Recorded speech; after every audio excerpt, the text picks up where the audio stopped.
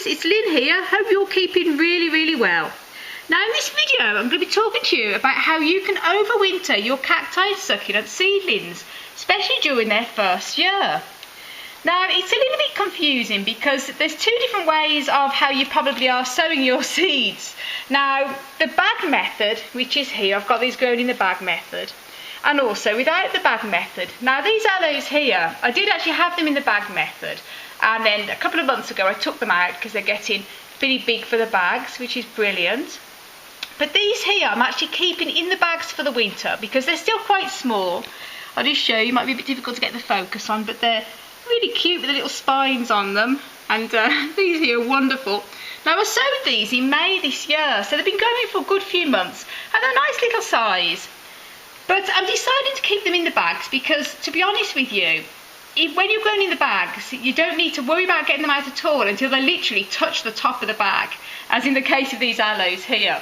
And because it's a completely sterile environment, then they're perfectly safe to stay in the bag, basically until they need to just come out, until they grow big. They can stay up for a couple of years.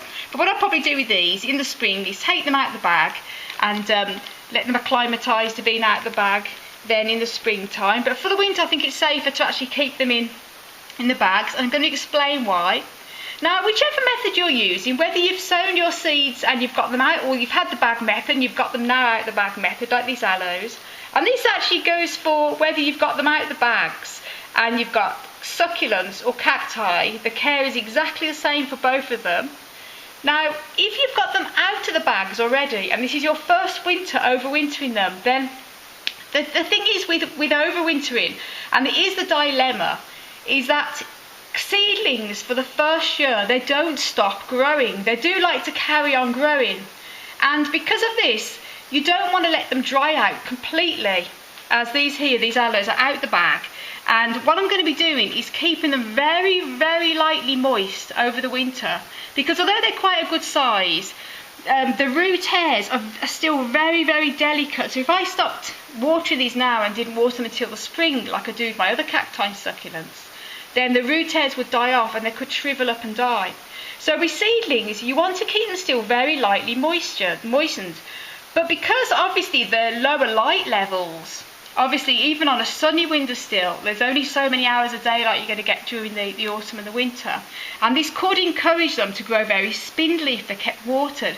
So the trick basically with keeping seedlings is you want to keep them very lightly moist. Now this is just before I go on to the bag method. This is if they're out of the bag, guys. So if you're growing them out of the bag, you want to keep them very lightly moistened. Probably go a few days with the top of the soil going dry, because if you keep them too damp it can encourage fungus gnats and as well as moulds during the winter.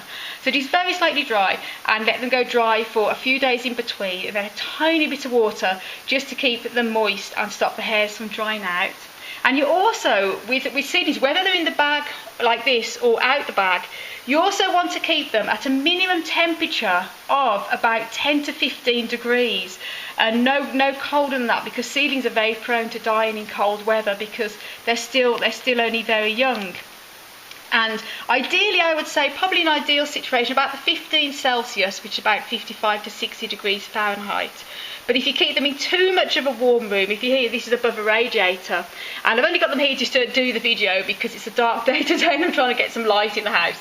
But normally these are kept in my spare room and there's no radiator at the bottom. It does get morning sunshine and it's a nice warm room, but it doesn't really probably go any higher than 15 Celsius, which is chilly for us, but perfectly good temperature for the seedlings, because if you have them in a really hot room then it could encourage them to grow very spindly and etiolated, I think that's the right word to use, a tongue twister, during the winter with the excess heat, and having to keep them lightly moist would encourage them to go spindly, which you don't want to do.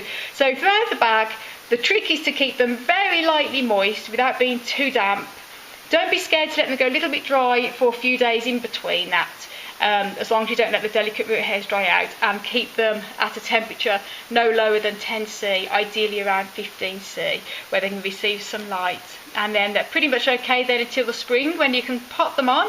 Now with the bag method again, this is slightly different because the good thing is when they're in the bag method, as long as you've sterilised the soil and the pots beforehand and you haven't opened the bag at all since you've sown them, as which I haven't in this case, then you can keep them completely sealed up. They're totally sterile environment here, so there's no damp or any mould or anything going to come into these seedlings.